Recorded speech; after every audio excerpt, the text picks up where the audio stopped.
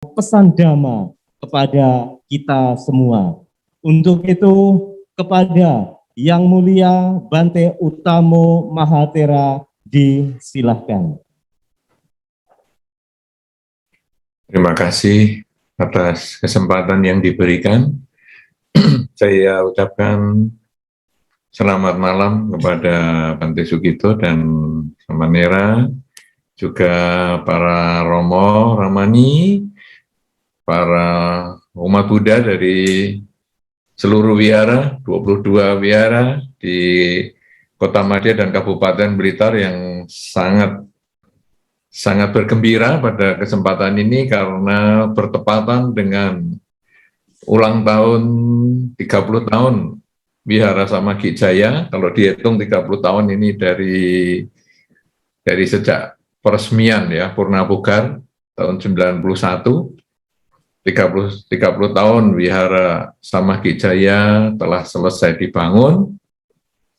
Kita bisa berkumpul bersama-sama dan sebagaimana yang dikatakan oleh pembawa acara tadi, bahwa ini adalah kesempatan pertama kita melakukan kebaktian bersama, ya, kebaktian bersama 22 wihara yang nanti secara bergilir setiap minggu sekali kita adakan dengan penceramah juga yang berbeda-beda, tapi ini juga menjadi satu hikmah atas terjadinya pandemi ini. Pandemi memang tidak kita inginkan karena membuat kita menjadi serba terbatas.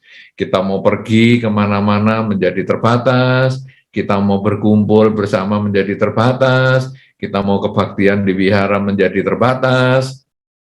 Tetapi dengan kita berusaha menyesuaikan diri, maka pandemi ini juga memiliki hikmah. Saya pernah sampaikan kepada Bante Sugito suatu ketika kita berbincang-bincang bersama, saya menyampaikan kepada beliau bahwa di luar pandemi kita kadang pergi hanya bisa ke satu wihara untuk berceramah. Mungkin kita ke wihara Samaggi Jaya untuk berceramah, tapi hasilnya orang-orang atau para umat simpatisan di wihara-wihara lain tidak bisa. Itu baru di Kabupaten Blitar. Belum lagi yang di kota-kota lain, belum lagi yang di luar negeri, tidak bisa mengikuti karena kita kegiatannya hanya di Samaggi Jaya.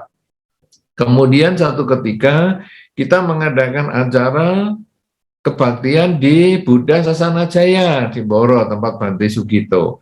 Maka yang bisa berkumpul hanya umat-umat di sekitar Buddha Sasana Jaya.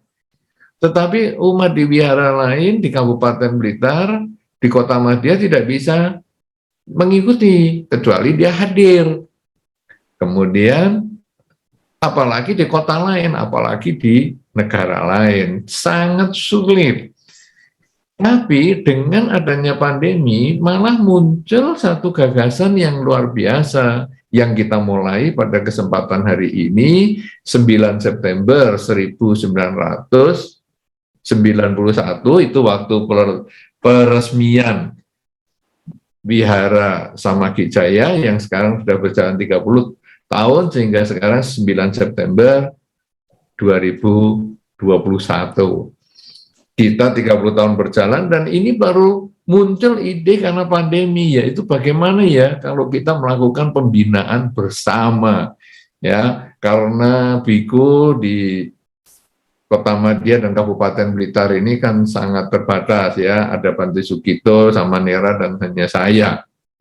Kemudian umat yang dibina sangat banyak.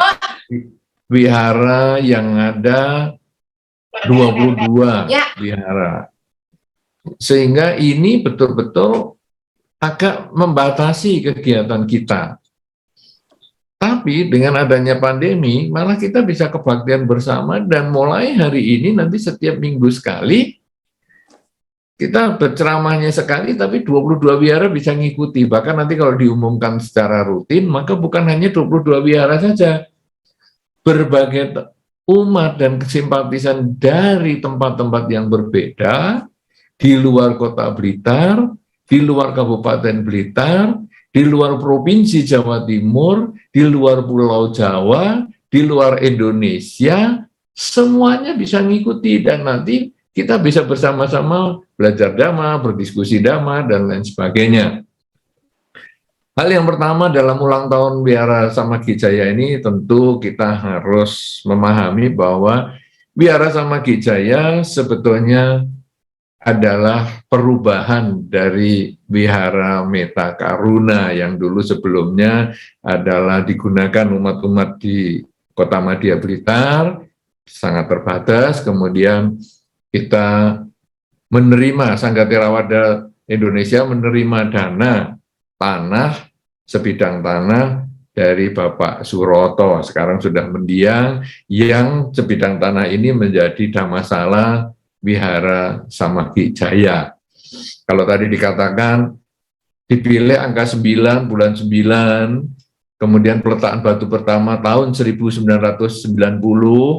pada jam 9 pagi, lebih 9 menit 9 detik, kita melakukan peletakan batu pertama, kemudian diresmikan pada tanggal 9 September 9 bulan 9 tahun 1991. Jadi 1 tahun kemudian jam 9 lebih 9 menit 9 detik ada pengguntingan pita dengan Dhammasala berukuran panjang 9 meter, lebar 9 meter, dan tinggi juga 9 meter.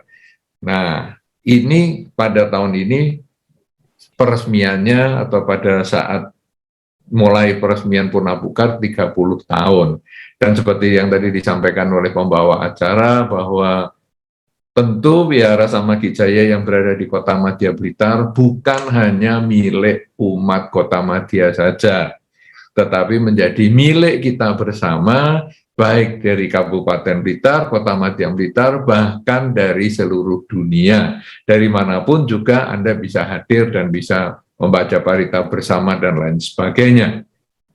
Nah, dalam 30 tahun usia Wihara Samakijaya, memang tadi yang disampaikan oleh pembawa acara, sudah banyak hal yang bisa dikerjakan, banyak hal yang bisa memberikan manfaat, walaupun tentu masih banyak lagi yang belum bisa dikerjakan, masih tersisa banyak juga yang belum bisa dimanfaatkan.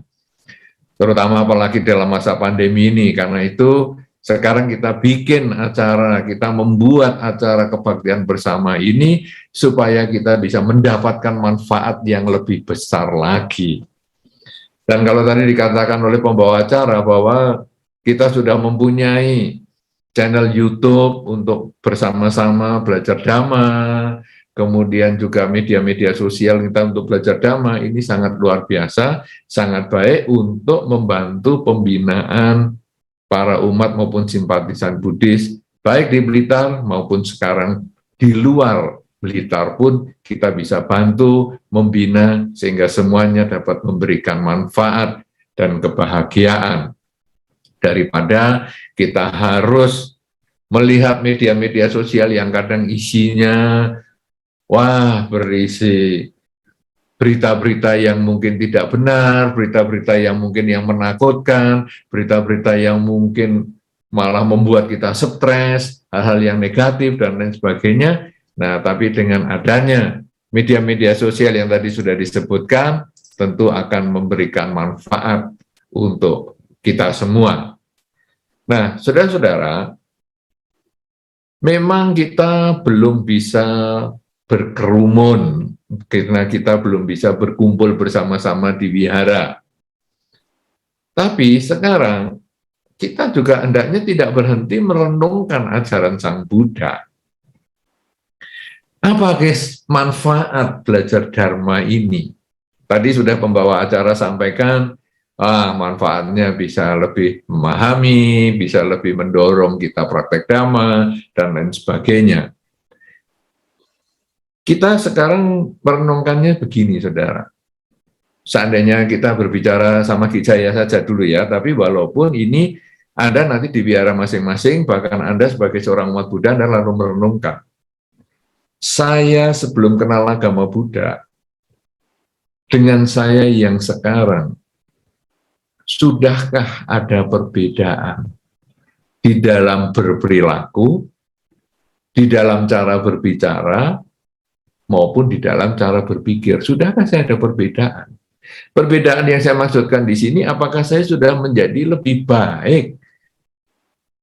Loh, tapi saya dulu kan memang umat Buddha dari kecil.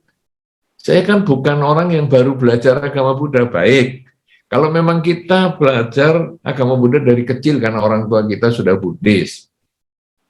Lalu kita bandingkan, sejak saya kecil sampai hari ini, sudahkah saya menjadi lebih baik di dalam perilaku saya, di dalam cara berbicara saya, di dalam cara berpikir saya? Kalau saya bisa menjadi lebih baik, maka berarti saya belajar dharmanya ini sudah tepat, sudah sesuai. Karena memang dharma belajar adalah untuk memperbaiki kualitas hidup kita, untuk memperbaiki perilaku kita. Tapi kalau setelah saya belajar sekian lama, kok ya masih sama-sama aja ya? Dulu saya rasanya ya emosional, sekarang ya masih emosional. Saya dulu pembenci, sekarang ya masih tetap pembenci. Oh, kalau seperti ini, berarti sama ini. Sekian lama saya belajar Dharma, saya belum mendapatkan manfaat. Nah, tapi tidak apa-apa. Saya minimal, saya sudah belajar Dharma walaupun tidak bermanfaat, ya tidak apa-apa. Saya masih bisa ada kesempatan saya belajar lagi supaya saya di masa depan menjadi lebih baik. Karena ajaran Dharma adalah digunakan supaya saya bisa meningkat kualitas diri saya, bukan hanya sama. Nah, yang repot adalah kalau saya jadi tambah jelek. Saya dulu kenal Dharma itu, sebelum kenal Dharma, saya itu orangnya pemaaf. Saya itu mudah memaafkan mereka yang punya kesalahan dengan saya. Tapi setelah saya kenal Dharma, saya malah jadi pembenci. Saya malah tidak bisa memaafkan orang. Wah, ini agak salah pembinaan ini.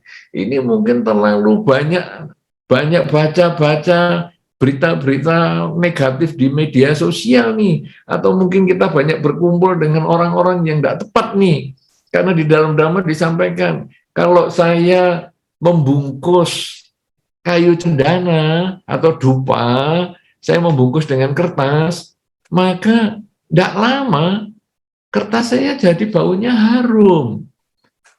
Sebaliknya kalau saya membungkus dengan daun, daging yang busuk, maka langsung daging yang busuk ini mencemari daun yang tadi dulunya bersih, dan daun tadi jadinya bau. Nah, kemana kita bergaul, ke situ kita ketularan. Saya belajar Dharma. Dulu saya orangnya pemaaf, setelah belajar Dharma, saya jadi pembenci, saya jadi pendendam. Wah, saya salah pergaulan ini. Saya dari daging busuk, saya bungkus dengan daun, saya ikut busuk juga. Wow, mungkin saya di wihara, dengarnya gosip-gosip, dengarnya hal yang negatif. Wow, ini sekarang saya harus membatasi kuping saya harus membatasi ucapan saya harus membatasi yang saya lihat, supaya ketika saya berkumpul dengan mereka, batin saya tetap seimbang, seperti yang dikatakan di dalam Dhamma, tangan kalau tidak luka, pegang racun juga tidak masalah, karena saya berusaha menutup hal-hal negatif itu supaya tidak masuk ke diri saya, maka saya berusaha untuk menjadi lebih baik dan saya bisa memanfaatkan Dharma ini untuk meningkatkan kualitas diri saya, supaya saya masih bisa dengan sisa waktu hidup saya yang sebentar ini, saya masih bisa memperbaiki kualitas diri saya. Nah, jadi hal yang pertama kita perlu lakukan adalah membandingkan hidup saya beberapa tahun yang lalu dengan saya yang sekarang. Setelah saya jalankan Dharma, apakah saya menjadi lebih baik? Kalau lebih baik, berarti Dharma bermanfaat untuk Anda. Kalau sama, berarti Dharma masih perlu Anda praktekkan lagi supaya memberikan manfaat yang lebih baik kepada Anda. Tapi kalau Dharma membuat Anda menjadi lebih jelek, maka sekarang masih ada kesempatan kita perbaiki, untuk kita tingkatkan dalam kehidupan sehari-hari agar kita menjadi lebih baik lagi. Nah, saudara-saudara, setelah kita belajar Dhamma sekian lama, kita hendaknya juga menyadari apakah kita ini seperti di dalam Dhamma dikatakan seperti lidah ya. Jadi kalau begitu merasakan sayur, lidah itu kan, sayurnya enak, sayurnya pedas. Begitu nempel di lidah saja, langsung kita bisa merasakan enaknya sayur, atau pedasnya sayur, atau asinnya sayur, atau tawarnya sayur. Atau kita seperti sendok, kalau di dalam Dhamma juga ada itu. Kita seperti sendok yang direndam sayur 2 minggu aja, sendoknya tidak merasakan apa-apa. Kita kumpul dengan Dharma sekian lama, tidak memetik manfaat apa-apa. Oh, sendok ya kita ini. Makanya kumpul sekian lama nggak ngerti-ngerti Dhamma. Atau kita seperti lidah, begitu kenal Dharma sebentar aja dapat manfaat yang hebat. Nah, saudara-saudara, sekarang kita lalu merenungkan, apakah manfaat yang kita sudah dapatkan di dalam Dhamma? Ada beberapa manfaat yang ditunjukkan di dalam Dhamma kalau kita melaksanakan ajaran Sang Buddha. Karena ajaran Sang Buddha ini demikian banyak, demikian bervariasi. Murid Sang Buddha mulai dari para biku, murid Sang Buddha juga ada dari para pedagang, murid Sang Buddha juga ada dari para raja dan lain sebagainya, para pertapa lain dan lain sebagainya, sangat banyak bervariasi sehingga ajaran Sang Buddha ini demikian luar biasa dan banyak sekali. Bagi Anda yang berumah tangga, bagi semua perumah tangga, ajaran Sang Buddha tidak kurang-kurang untuk belajar Dhamma sebagai perumah tangga. Ya, ada Sigalowada Sutta dan lain sebagainya. Nah, salah satu manfaatnya kalau Anda sebagai perumah tangga adalah Anda memahami cara bermata pencaharian yang benar. Jadi, sekarang saya setelah jadi umat Buddha, saya sekarang mengerti apa yang saya boleh lakukan, saya boleh kerjakan sebagai mata pencaharian saya.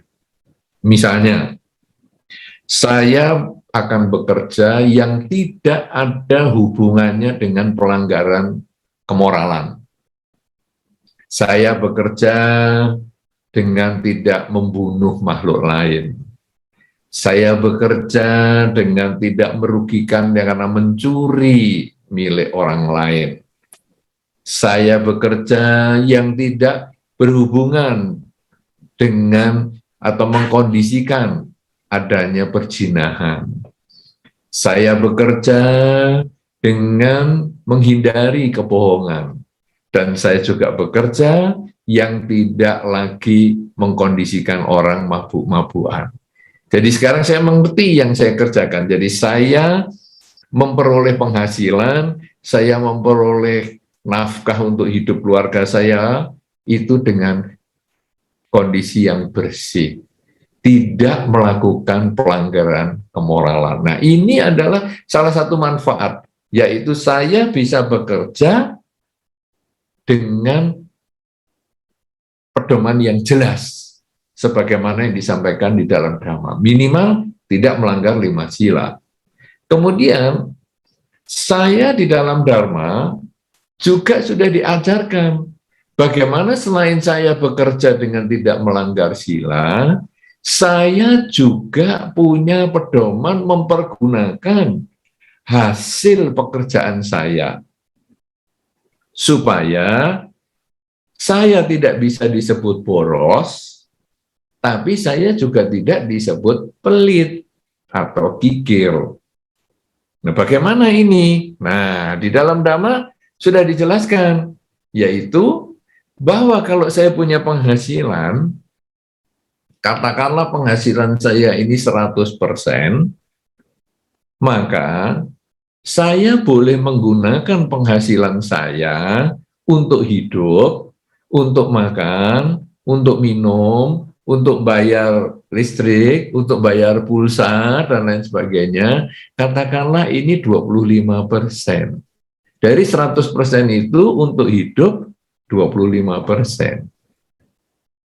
Kemudian 50% saya gunakan untuk menambah modal, untuk memutar dalam pekerjaan saya, supaya pekerjaan saya semakin lama menjadi semakin besar, semakin maju. Sehingga penghasilan saya yang tadi 100% itu nilainya X, kalau bisa nanti dengan penambahan modal 100% itu bisa menjadi 2X, 3X, 10X, dan seterusnya. Ya, kemudian selain 25% untuk hidup, 50% ini untuk penambahan modal, maka 25% sisanya di dalam Dhamma disampaikan adalah untuk dijadikan cadangan. Supaya kalau mungkin kita sakit, atau mungkin ada pandemi seperti ini, atau mungkin ada usaha kita yang kurang maju, maka 25% ini bisa menjadi cadangan untuk kita tetap hidup. Dan dari 25% ini pula, kalau kita mau berdana, kita mau berbuat baik, ya, ini diambil dari yang 25%. Ini cara pembagiannya seperti itu, sehingga nanti kita tidak bisa mengatakan, oh si A boros, si B pelit. Kita lihat perbandingannya tadi, apakah 25% untuk dia hidup, 50% untuk menambah modal, dan 25% disimpan atau berbuat baik. Nah, ini nanti yang kita bisa jadikan ukuran dia boros atau kikir. Jadi dengan kita belajar Dhamma, maka tadi yang pertama, kita tahu hal-hal yang kita mau kerjakan sebagai menambah nafkah atau mencari nafkah kita. Yang kedua adalah kita bisa mengerti cara menggunakan keuntungan kita, keuangan kita. Kemudian yang ketiga adalah kita bisa mengerti cara memilih teman. Teman ini penting sekali. Dan di dalam Dhamma berkali-kali sudah dijelaskan. Misalnya, jangan berkumpul dengan orang tidak bijaksana. Itu berkah utama. Berkumpullah dengan orang yang bijaksana. Itu berkah utama. Karena tempat kita berkumpul itu mempengaruhi pola pikir kita. Daging busuk dibungkus daun menjadi busuk daunnya, tercemar daunnya. Dupa wangi dibungkus kertas, kertasnya ikut wangi, tercemar tapi secara positif. Jadi kita mulai mencari teman, tapi sekarang dikatakan teman yang tidak bijaksana ini gimana ya? Kok kita lalu perlu hindari? Teman yang tidak bijaksana adalah teman yang mendorong kita menambah ketamaan, menambah kebencian, menambah kegelapan batin. Sedangkan teman yang bijaksana adalah teman yang mendorong kita untuk berlatih mengurangi ketamaan, mengurangi kebencian, mengurangi kegelapan batin, sebagaimana yang disarankan di dalam Dharma. Jadi, kalau kita berkumpul dengan orang, atau kita membuka media sosial, kemudian ada kata-kata, kita tidak perlu ke wihara, kita tidak perlu melaksanakan Dharma, yang penting hidup ini happy-happy, puaskan kesenangan indriamu. Wah, ini isinya kok kebencian dan ketamaan. Langsung kita edit, langsung kita stop, langsung kita tutup. Oi, saya nggak mau dengarkan ini. Karena ini berisi ketamaan, kebencian, dan kegelapan batin. Saya nggak mau. Sebaliknya nanti ada media sosial yang mengajarkan, ayo kita kebaktian bersama ini. 22 wihara di Kota Madya dan Kabupaten Blitar, ayo kita kebaktian bersama. Wah, ini hal yang positif banget. Kita berkumpul tapi dalam bentuk virtual, dalam bentuk dunia maya, karena kita kan memang belum boleh berkerumun karena masih PPKM sekarang, masih ada pembatasan ya, karena pandemi masih belum selesai. Tapi sekarang dengan kita bisa bertemu secara online begini, dan kita bisa membahas Dharma, ini sangat bermanfaat. Wah, kalau begitu, ini bisa untuk mengurangi ketamaan, mengurangi kebencian, mengurangi kegelapan batin. Wah, ini saya akan ikuti. Nanti saya akan cari dari sumber-sumber Dharma ya, ataupun dari sumber-sumber media sosial di Blitar dan sekitarnya ini. Kapan lagi ya ada pertemuan lagi 22 wihara ini? Kapan lagi ya? Kapan lagi ya? Bahkan nanti kalau pertemuan 22 wihara ini bisa menjadi kebiasaan rutin seminggu sekali, nanti akan ada wihara-wihara dari kota lain juga akan bergabung. Dan di sini nanti kita bisa menjadi banyak teman yang positif, teman dari wihara-wihara yang kita nanti bisa selesai pandemi ini, kalau mungkin dari Blitar, ayo kita mau berkunjung ke kota lain, ke pulau yang lain, akan mudah karena kita sudah saling kenal, walaupun masih dalam dunia online, dunia media sosial, daring begini, dalam jaringan begini. Tapi nanti akan bisa ditindaklanjuti ketika pandemi selesai. Nah, ini adalah manfaatnya kita berteman. Jadi, di wihara pun sebetulnya menjadi kesempatan kita berteman dengan orang-orang yang bijaksana. Nah, jadi yang pertama tadi, kita di wihara mendapat manfaat karena kita mengerti, kita mendapat tuntunan, punya mata pencaharian yang benar. Yang kedua, kita di wihara mendapat tuntunan bagaimana kita menggunakan hasil dari mata pencarian yang benar tadi untuk kita manfaatkan tanpa merugikan diri sendiri, tapi memberikan manfaat untuk banyak orang. Yang ketiga, di wihara kita juga bisa memilih teman, sehingga kita menjadi orang yang lebih bijaksana, karena kita punya kesempatan untuk mengurangi ketamaan, kebencian, dan kegelapan batin. Nah, kemudian juga nanti di wihara ini adalah kesempatan kita untuk melatih, mengembangkan kesadaran setiap saat. Ya, makanya kalau di wihara dulu biasanya ada, ayo kita puja bakti, baca parita, dan meditasi bersama. Nah, waktu meditasi katakanlah 15 menit rata-rata kalau di kebaktian, jangan malah ngomong, duh kebaktiannya kok meditasinya lama. Kalau mimpin meditasi itu yang cepat saja, ya jangan, waduh meditasi lama begini ini kita ngantuk.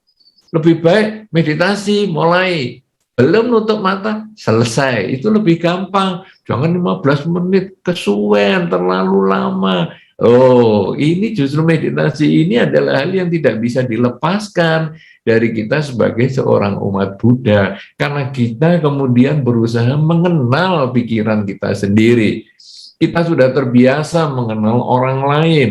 Kita terbiasa mengenal lingkungan. Kita terbiasa mengenal sekitar kita. Tapi kita kadang tidak terbiasa mengenal diri kita sendiri. Nah, pada saat meditasi, kita belajar mengenal diri sendiri. Oh, ini pikiranku yang baik. Oh, ini pikiranku yang negatif.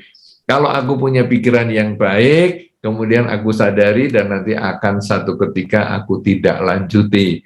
Kalau ini adalah pikiran negatif, maka aku sadari dan lain ketika tidak aku kondisikan untuk muncul lagi. Jadi kita kemudian belajar memahami pikiran kita ini. No, sampai sekarang kan kita pandemi, tidak bisa latihan meditasi. Oh iya, di wihara kita tidak bisa latihan meditasi. Tapi kita bisa latihan meditasi di rumah. Bahkan mungkin dalam pertemuan nanti, pertemuan kita seminggu sekali secara media Zoom ini, daring dalam jaringan, kita juga bisa satu ketika belajar meditasi bersama. Atau mungkin kita mendiskusikan pengalaman meditasi kita yang kita sudah latih seminggu, kemudian pada saat pertemuan ini kita mendiskusikan. Jadi media ini, media Zoom ataupun media dalam jaringan ini sangat banyak manfaatnya. Bukan hanya Anda mendengar ceramah saja, tetapi Anda juga bisa berdiskusi Dharma. Ya, jadi nanti Anda bisa tanya dan lain sebagainya. Kok saya mau tanya nih, gimana ya saya meditasi kok pengalamannya saya begini. Nah, ini kesempatan Anda bisa belajar. Kemudian saya ini kok dalam rumah tangga saya kok sulit ya saya memaafkan pasangan hidup saya kalau saya jengkel. Nah, ini kesempatan kita nanti bisa belajar bersama di sini. Sehingga nanti hasilnya benar-benar media ini bisa menggantikan kita belajar yang lebih positif, kita punya pegangan hidup untuk mengurangi ketamaan, kebencian, dan kegelapan batin. Jadi, media Zoom ini juga bisa untuk kita gunakan latihan meditasi bersama. Nah, saudara-saudara, jadi minimal ada 4 keuntungan kita belajar Dharma. Apakah Anda sudah mendapatkan manfaat dari 4 ini? Apakah baru salah satu, atau salah 2, atau keempat-empatnya Anda sudah dapatkan? Yaitu punya pedoman yang jelas tentang apa yang harus kita kerjakan untuk mencari nafkah. Kemudian yang kedua adalah punya pedoman yang jelas untuk menggunakan penghasilan yang kita miliki. Yang ketiga, punya pedoman yang jelas untuk memilih teman yang bermanfaat untuk mengurangi ketamaan, kebencian, dan kegelapan batin.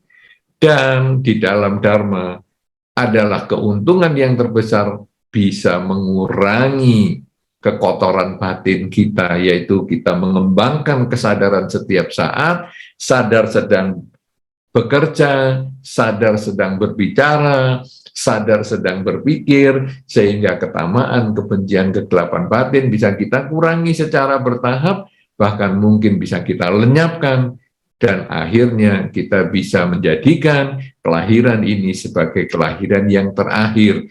Dan ini semua keempat manfaat ini bisa kita dapatkan dengan pertemuan rutin nanti mulai sekarang pada saat ulang tahun Wihara Samakijaya ini sebagai gebyar pertama, sebagai langkah awal, tapi nanti selanjutnya kita bisa teruskan, bahkan sampai di luar pandemi pun, setelah pandemi selesai, sebaiknya pertemuan ini akan tetap bisa kita manfaatkan, pertemuan dalam jaringan, karena dengan pertemuan ini bukan hanya kita bisa tatap muka, tapi juga pertemuan ini bisa diikuti oleh banyak orang dan terdokumentasi. Sehingga nanti kalau seandainya orang dalam kesempatan pertemuan itu belum bisa ikut, di lain kesempatan dia bisa buka dokumentasinya dan dia bisa ikuti, dia bisa belajar, dan dia bisa menyusul pengetahuannya untuk mendapatkan manfaatnya lagi. Nah, saudara-saudara, inilah sesungguhnya menjadi satu kemajuan kita, khususnya yang di Kota Madia dan Kabupaten Blitar, karena kita menjadikan kesempatan ulang tahun Samakijaya ini sebagai satu titik awal. Ya, kebetulan saja nih pas ulang tahun Samakijaya, bukan berarti mengutamakan Samakijaya, itu tidak, tapi hanya kebetulan bulan ini ulang tahun Samakijaya, kita jadikan titik awal, titik tolak untuk kita mengubah cara kita bergaul. Daripada kita berkerumun di wihara, kita mengubah cara bergaul kita untuk secara dalam jaringan, dan kita menyemangati diri kita masing-masing untuk menjadikan media ini sebagai tempat belajar Dharma, tempat untuk mendapatkan semangat menjalankan Dharma di kehidupan sehari-hari, sehingga hasilnya ketamaan, kebencian, kegelapan batin bisa kita kurangi sedikit demi sedikit, bahkan mungkin kita lenyapkan sama sekali di dalam kehidupan ini, sehingga kehidupan ini bisa menjadi kehidupan yang terakhir, sehingga kita tidak terlahirkan kembali.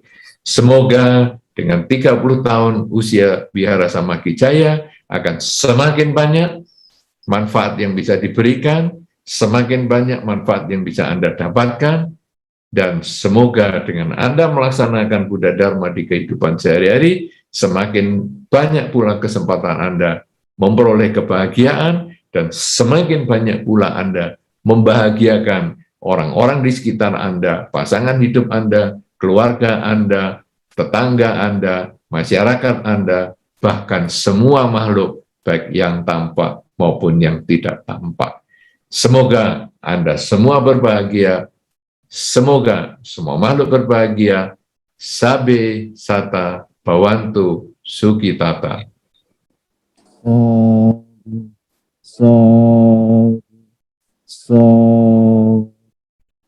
Anumodana kepada Yang Mulia Bante Utamo Mahathera yang telah menyampaikan pesan dhamma untuk kita semua pada